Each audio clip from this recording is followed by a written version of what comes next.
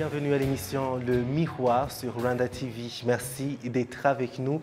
J'espère que vous passez un bon moment là où vous êtes et j'espère aussi que vous continuez à respecter tous les gestes barrières contre la Covid-19. Notre motto, comme vous le savez, c'est prendre soin de soi, prendre soin des autres et par là prendre soin de tout le monde en respectant tous les gestes barrières. C'est très important que chacun d'entre nous y mette sa pierre à l'édifice. L'émission Le Miroir, cette semaine, nous nous joignons avec tout le Rwanda pour la 27e commémoration du génocide perpétré contre les Tutsis en 1994.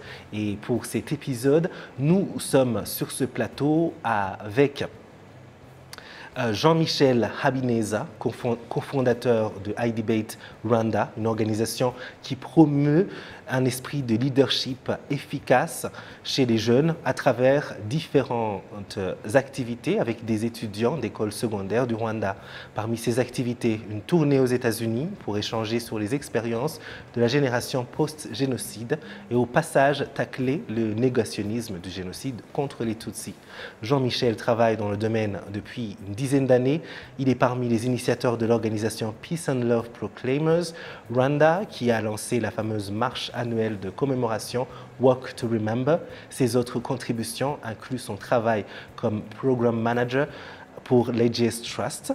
En 2016, Jean-Michel Habineza a reçu le prix Public Advocate of the Year délivré par la Cross-Examination Debate Association aux États-Unis pour sa contribution dans la reconstruction du tissu social au Rwanda. Il a étudié l'entrepreneuriat social pour le changement à l'université Pepperdine de Malibu aux États-Unis. Aujourd'hui, Jean-Michel s'arrête sur notre plateau et se met face au miroir.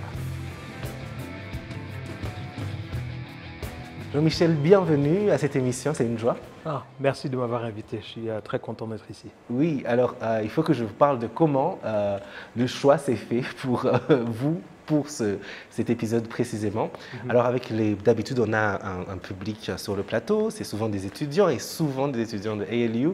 D'ailleurs, il nous manque beaucoup sur ce plateau, on les salue et on félicite ceux qui ont déjà fini leurs études parce que voilà, ça fait 4 ans qu'ils ont commencé, 5 ans pour nous.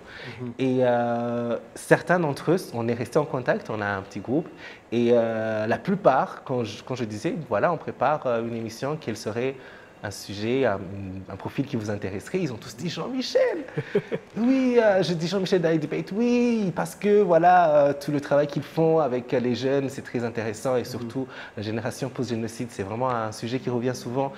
Et j'ai dit, mais vous êtes sûr qu'il parle français parce que c'est une émission francophone. En fait, les gens seront étonnés que jusqu'en 4e secondaire, j'étais dans une école française. Donc, on a vécu au Nigeria. Donc, j'ai étudié depuis que je suis petit. J'ai étudié jusqu'en 4e, j'étais dans une école française. Et puis, c'est donc la 5e, la 6e, c'est là que j'ai étudié en anglais. Et de là, j'ai fait toute mon université en anglais. Mais ça faisait quand même du temps que je ne parle pas français. Et puis, heureusement, vous n'avez rien perdu. Rien perdu. Et c'est très bien pour nous et pour nos amis téléspectateurs. Alors, il y a un terme qui est de plus en plus dans les conversations depuis ces dernières années.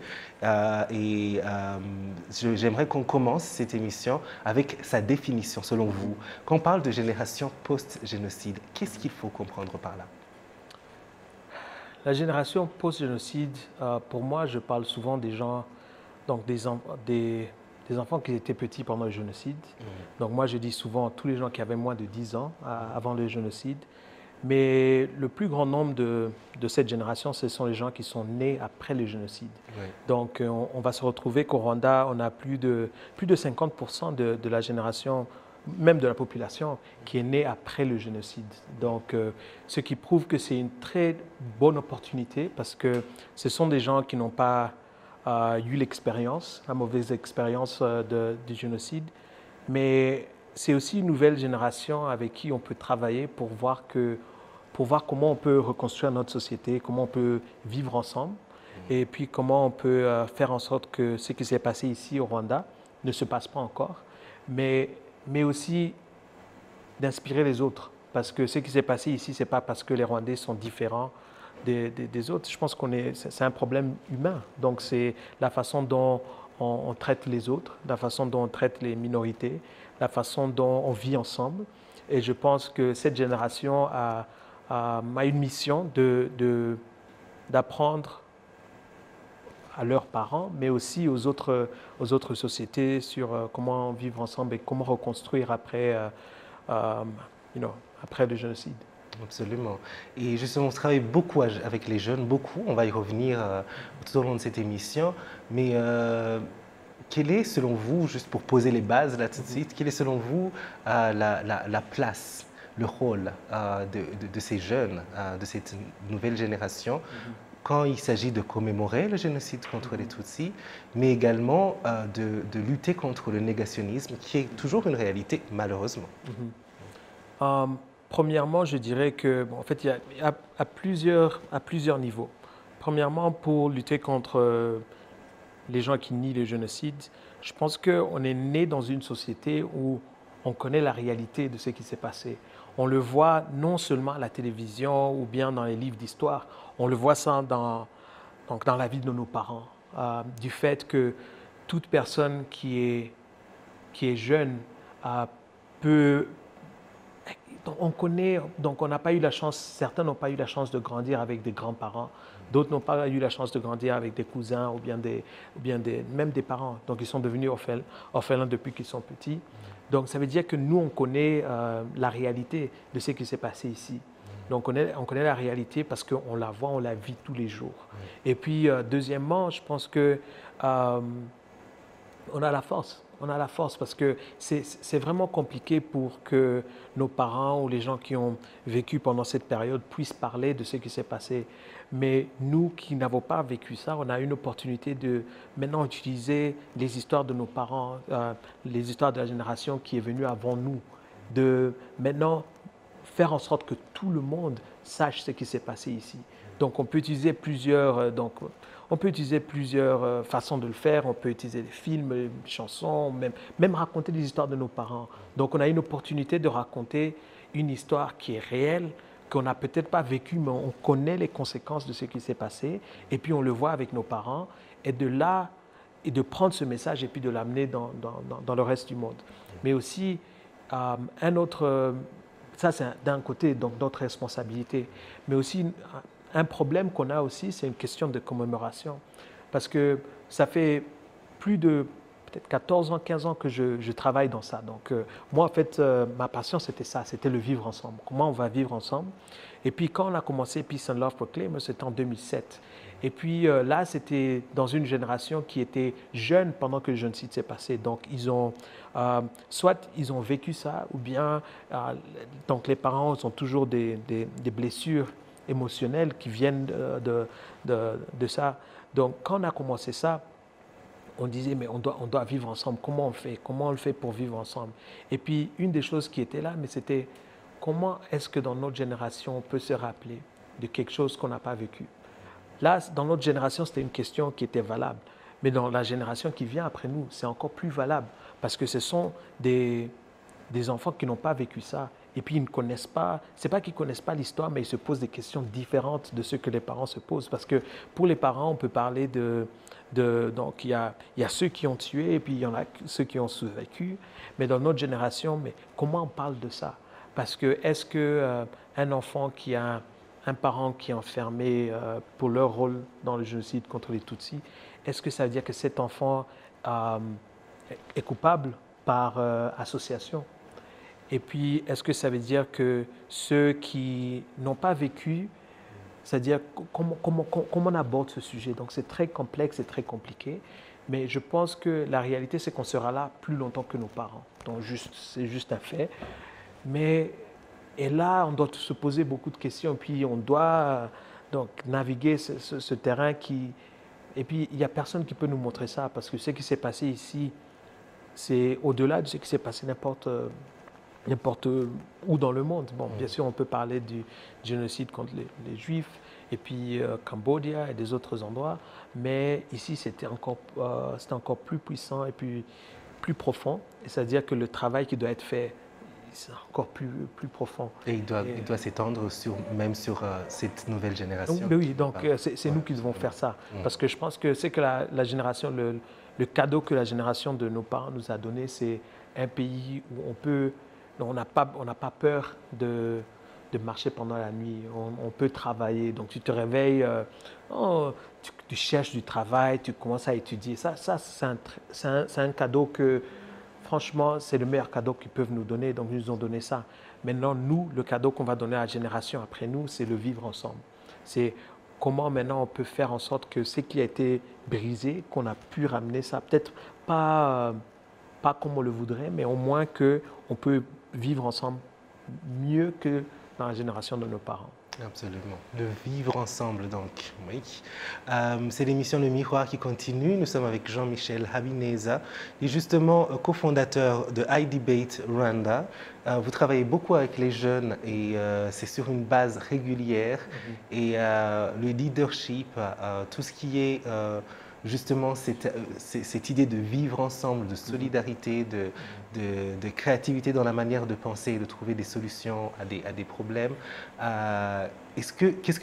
Comment pour vous-même vous décrivez iDebate? iDebate, c'est un programme de débat pour les élèves de secondaire. Et puis je dirais qu'on les apprend deux choses qui sont très importantes dans notre siècle. Premièrement, l'habitude de communiquer. Donc communiquer. Donc on dit souvent que les Rwandais sont très, très intelligents, mais le problème c'est qu'on ne peut pas communiquer ce qu'on fait. Et puis ça, c'est très important. Si on parle de quelqu'un qui va devenir un dirigeant, un leader, il faut pouvoir communiquer avec les gens. Donc ça, c'est premièrement. Et puis deuxièmement, c'est la pensée critique. Et moi, je dis souvent que quand on étudie la société avant le génocide, et puis donc à partir de... donc on avait un système d'éducation qui était colonial. Donc c'est un système où je pense que tu es assez grand pour... donc je suis sûr que tu as eu cette expérience. Oui. Donc quand l'enseignant vient, on doit se lever. Et puis ce que l'enseignant dit, c'est ça. Donc on dit qu'il n'y a personne qui peut avoir 100%, 100% c'est pour l'enseignant. Et puis, donc les examens, c'est tu répètes ce que l'enseignant t'a dit. Donc ce que je dis, tu répètes. Donc c'est ça. Mais le problème avec ça, c'est que on construit une société où les gens ne peuvent pas penser. Donc, cette même personne, tu vas leur dire, quand ils ont 18 ans, il n'y a pas assez de travail, on va leur dire, non, faut chercher du boulot, faut être créatif, il faut faire... Mais où est-ce qu'ils vont apprendre ça? Où est-ce qu'ils vont apprendre ça? Mais alors, ce que nous, on fait, c'est, on les apprend pas quoi penser, mais comment penser. Donc, comment voir un problème et puis trouver une solution pour ça. Et puis... en tout cas, je pense qu'il n'y a rien de mieux que ça. Et aussi, le fait, dans un débat, ce qu'on fait, c'est on t'apprend qu'une personne qui a une idée différente de la tienne n'est pas ton ennemi. Mais au fait qu'avec, quand il y a un débat critique, qu'on peut vraiment arriver à la vérité et puis qu'on peut trouver des solutions aux problèmes complexes que le Rwanda a et puis que le reste du monde trouve. Donc tous les problèmes qui sont partout, parce que les problèmes dans ce monde sont très complexes et ça va demander des gens qui ont une pensée critique et puis qui peuvent communiquer. Donc qui peuvent communiquer. Et puis c'est ça qu'on essaye d'enseigner à la jeunesse rwandaise. Et puis je pense qu'avec un peu plus de temps, on aura une jeunesse très, très sophistiquée dans les pensées et puis qui peuvent s'exprimer. Absolument. Et on le voit de plus en plus. Vraiment, les jeunes, maintenant, ils sont juste impressionnants dans la façon dont ils abordent juste la vie. Et est-ce que c'est un programme qui est juste à Kigali pour le moment ou qui touche tout le pays ou qui va toucher tout le pays? C'est sur combien d'écoles pour le moment? Maintenant, nous travaillons avec 35 écoles à Kigali. Wow. Donc, peut-être quelques écoles donc dans les villes aux alentours de Kigali, mais on a un plan que quand les écoles recommencent, donc la nouvelle année académique qui sera en septembre, que là, d'ici 5 ans, on aura donc 400 écoles dans les 5 provinces du Rwanda. Donc j'ai dit qu'on a passé les 8 dernières années en train d'essayer et puis de convaincre les gens que c'est important. Mais je pense qu'on a une chance là de pouvoir prendre ce programme et d'aller de 35 écoles à 400 écoles dans un espace de 5 ans. Ouais. Et puis je pense que je suis très excité parce que je pense qu'on a une très bonne opportunité. Et puis je suis sûr que mon rêve, c'est qu'un enfant de Nyamasheke, il peut aller dans un débat avec un petit de Kigali et un petit de Washington, et puis qu'ils seront au même niveau intellectuel. Donc moi, je veux changer cette idée que pour, tu vois, on dit que pour cacher quelque chose d'un noir, il faut mettre dans un livre, et, ou bien que les noirs, donc on est fort dans les sports, mais que quand ça vient en truc intellectuel, qu'on n'a pas la capacité. Non, je suis contre cette idée. Je pense qu'on peut le prouver avec notre programme. Absolument, il faut aller aussi loin que possible. C'est un très beau projet. Justement, au sein de ce projet, il y a cette tournée que vous faites aux États-Unis. Et dans cette tournée, justement, le sujet du génocide contre les Tutsis est part, et aussi l'échange d'expériences. Est-ce- euh, comment a été cette expérience jusqu'à maintenant? Quand est-ce que ça a commencé et comment ça se déroule jusqu'à maintenant? Donc, en fait, comment ça a commencé? C'était en 2014. Donc, c'était la 20e commémoration du génocide contre les Tutsis. Et puis, on s'est dit, les yeux du monde seront sur le Rwanda. Mais le problème, c'est que quand on parle du Rwanda, souvent, c'est toujours la même chose. Donc, il y a donc, tous les gens qui sont contre le Rwanda ou bien qui sont contre... Donc, ils vont avoir une plateforme qui est plus grande que nous tous. Je dis alors, et si on allait dans les universités, là où les opinions sont faites, et si on allait dans les universités et puis on leur parle de l'expérience du Rwanda. Et aussi, ce qui s'est passé aux États-Unis et qui se passe maintenant, c'est que toutes les choses qu'on voyait au Rwanda avant le génocide, ça se voit aux États-Unis. Donc, la façon dont la société est polarisée. Et puis, deuxièmement, de la façon dont ils parlent de l'autre. Donc, tu vas trouver ici au Rwanda, donc on disait que les Tutsis, c'était des cafards.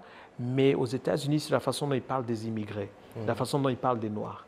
Et puis, je me suis dit, mais et si on utilisait l'expérience du Rwanda pour enseigner les Américains et puis pour donc leur donner un challenge. Et puis, je dis que le Rwanda, c'est dans deux choses. Premièrement, ce qui a fait qu'on est arrivé au génocide, mais aussi la reconstruction. Je pense qu'il y a une chose qu'on oublie, mais le fait qu'une personne a pu perdre toute sa famille et puis elle vit encore. Ça, c'est un truc que... C'est une expérience humaine que beaucoup de gens n'ont pas encore entendue. Donc, nous, on a l'habitude de ça, mais ce n'est pas le reste du monde. Donc, depuis 2014, on a parlé à plus de 60 universités aux États-Unis. Et puis ça inclut Yale, Harvard, George Washington, Pepperdine, Wake Forest, toutes les grandes universités. Et puis on a parlé à plus de 50 000 personnes. Et puis, bon, je dis aux gens, regardez, regardez. Donc, on avait, souvent, on parle dans une salle remplie de gens, 500, 600 personnes. Et puis ça, n'importe qui a vécu aux États-Unis, ils savent que ce n'est pas possible d'avoir des gens. Mais les gens viennent nous écouter parce qu'ils savent que le Rwanda a beaucoup à enseigner. Et puis, c'est ça que moi, je veux prouver que le Rwanda... On ne va pas là-bas en train de demander de l'aide ou en train de parler d'une position de faiblesse. On va là-bas en disant qu'on a beaucoup à vous apprendre. Et puis, ce qu'on vous apprend, ce n'est pas qu'on a des meilleures routes ou bien qu'on a... Non, ça, on n'est pas encore là, mais c'est l'histoire humaine.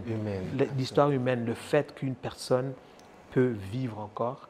Et ça, c'est un truc...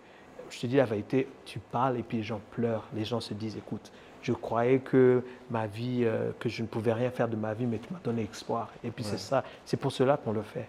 Absolument. Et si on avait un public qui serait en train d'applaudir à la maison, je pense qu'ils le font parce que c'est magnifique. C'est vraiment un travail extraordinaire. C'est fait par des jeunes et ça a un impact énorme, bien sûr. C'est l'émission Le Miroir qui continue sur Rwanda TV et dans cette émission, comme vous le savez, nous mettons notre invité au défi. Et le défi d'aujourd'hui, ce sera un quiz. Un quiz musique, on reste toujours sur le même thème parce que comme vous le savez, nous sommes en période de commémoration du génocide perpétré contre les Tutsis en 1994. Et il y a eu plein d'œuvres musicales qui ont été faites sur le sujet pour rendre hommage aux victimes et également pour réconforter les survivants. Et alors, les questions ne seront pas très difficiles parce qu'elles seront en choix multiples. C'est 2 questions. Il faut essayer d'avoir 50%. La première question, on commence avec une chanson super populaire, Never Again. Je pense que beaucoup de personnes connaissent cette chanson. Sortie, je pense, au début des années 2000 ou 2010 ou à la fin, avant les années 2010 un peu. Beaucoup d'artistes dessus. Alors, laquelle de ces chanteuses n'est pas sur la chanson Never Again? Alors, 3 choix, Miss Chanel, Aline Gahongayire, No Less.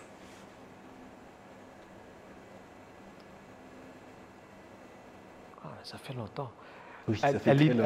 Aline Gaongaïre. Non, je pense que c'est Non. Est-ce qu'il n'est pas dedans? Ouais.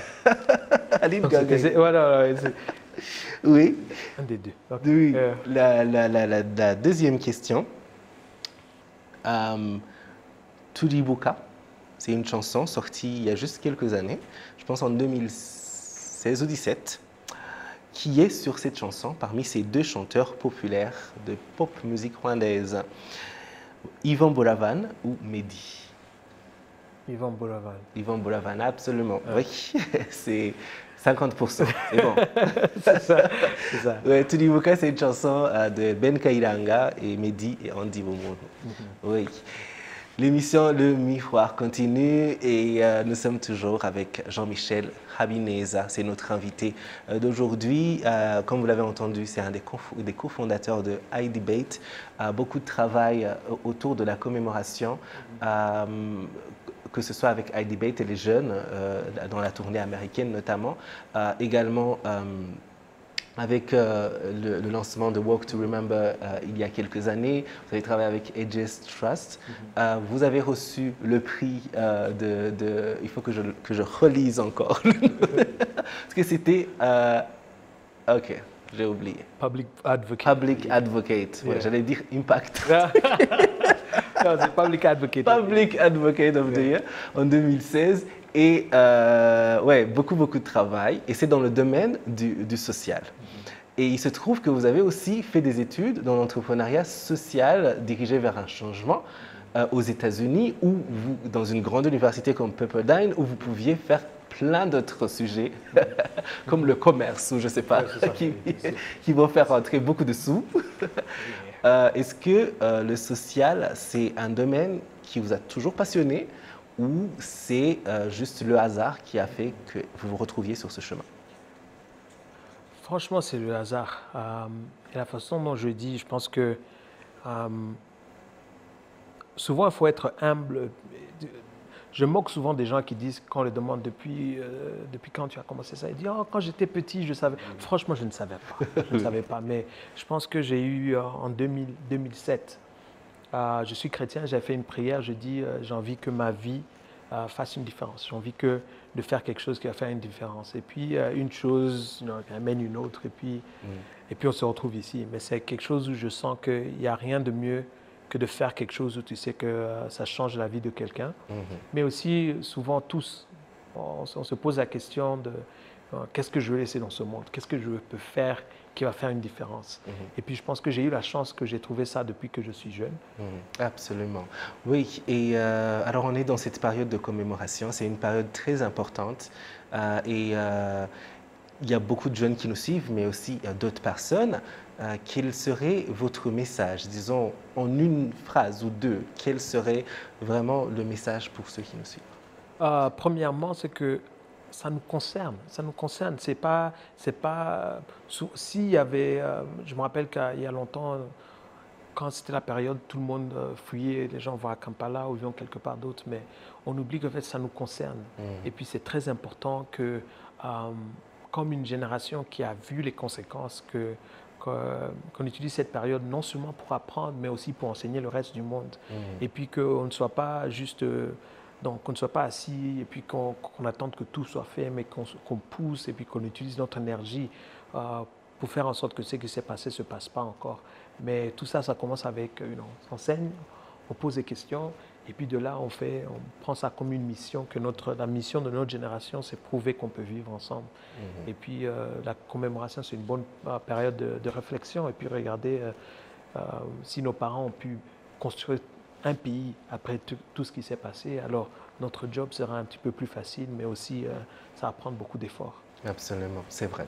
Oui, le temps passe rapidement. On est presque à la fin de cette émission, Le Miroir.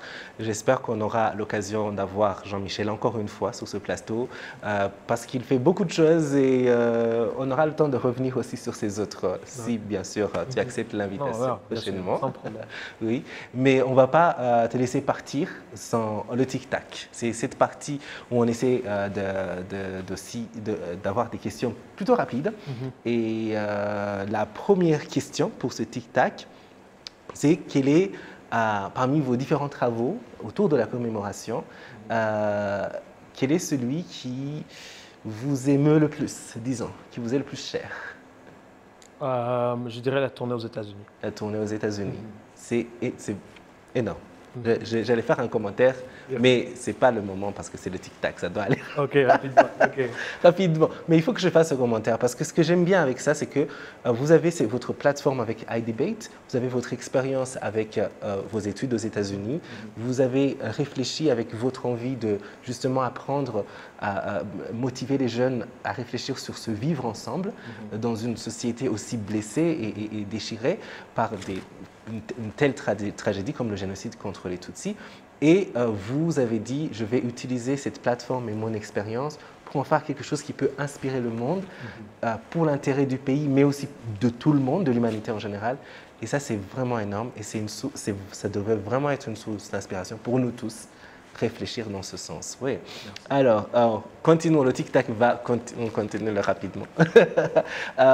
Quel livre parlant du génocide contre les Tutsis conseilleriez-vous à quelqu'un qui a envie de s'éduquer sur le sujet? Okay. Pour un livre académique, je dirais de Philip Goodrich, We Wish to Inform You That Tomorrow Be Killed With Our Families. Mais pour un livre, mais pour des livres de témoignages, je dirais Left to Tell, de Immaculée Ilibadiza. Absolument. Quel film ou documentaire sur le même sujet pour quelqu'un qui a envie de s'informer, de s'éduquer? Ghost of Rwanda, de PBS. Super. Est-ce que vous avez une anecdote intéressante que vous avez envie de nous partager, que ce soit sur votre tournée aux États-Unis ou bien les débuts de Walk to Remember? Il y en a plusieurs, Mais si j'étais à penser, je dirais, une fois on était aux États-Unis et puis on allait parler dans une école, donc une école pauvre. Mais quand aux États-Unis on parle d'une école pauvre, c'est pas juste le manque de ressources, mais c'est aussi dans une école, dans une zone très dangereuse. Donc les petits disent souvent il y a des policiers et tout. Et puis quand on allait parler, la plupart des gens ne voulaient pas écouter. Donc il y avait souvent des petits qui sont très rebelles, qui font partie des gangs. Et puis ils ont dit, bah, écoute, c'est quoi ces Africains qui viennent parler? Et puis un de mes amis qui était venu parler, il a parlé de comment il avait perdu sa famille pendant le génocide, plus de 80% de sa famille pendant le génocide. Et puis il n'y a rien qui m'a fait plus plaisir que à la fin, quand il a fini de parler, tout le monde était en train de pleurer. Wow. Mais tout le monde avait aussi de l'espoir. Et puis, la plupart des petits ont dit, écoute, nous, on pense souvent que le monde a été injuste vers nous. Et puis, on se dit souvent qu'on déteste les Blancs, on déteste tous les gens qui ont créé cet environnement pour nous. Mais si tu peux vivre et puis que tu as l'espoir, alors nous aussi, on a de l'espoir. Et puis, on pense qu'on peut changer ça. Et il n'y a rien de mieux que ça. Et puis, je pense que ça illustre la mission qu'on a comme génération pour ça. Mais je pense que quand j'ai vu ça, j'ai dit, bon, mon travail est fait ici. Waouh, vraiment. Ouais. Extraordinaire. J'en ai même l'émotion, la chair de poule et tout. Il ne faut pas que je me mette à verser des larmes à la télé. Et on finit toujours cette émission avec cette partie face au miroir. Lorsque vous vous regardez, qu'est-ce que vous aimez le plus sur vous et qu'est-ce que vous aimez le moins? Physiquement, c'est la question la plus superficielle du monde. Physiquement, je vais commencer par ce que j'aime le moins. Donc, souvent quand je pense, je range mes ongles. Donc, j'ai des ongles vraiment très petits. Et puis, souvent, les gens se moquent de ça. Donc, je mets toujours mes mains dans les poches. Oui. Mais ce que j'aime le plus, ma barbe. Donc, j'aime ma barbe parce que quand j'étais encore plus jeune, j'avais un afro. Oui. Mais maintenant, je pense que Dieu a dû se dire, écoute, s'il garde la barbe et l'afro, il sera très arrogant. Donc, donc il fallait qu'il change. Donc là, j'aime ma barbe et puis le moins, c'est mes ongles. D'accord, la barbe, j'aimerais bien. Toi, ça, j'ai ça depuis, je ne sais pas, 10 ans, 20 ans. Ça ne dépasse pas là. Merci beaucoup, Jean-Michel. On a passé un excellent moment avec vous. On a appris beaucoup de votre expérience et de vos différents travaux et c'est extraordinaire. Il faut continuer à motiver les jeunes et comme vous l'avez entendu, c'est très important de réfléchir et d'agir vers le vivre ensemble. C'est ça, selon vous, la mission de cette génération post-génocide.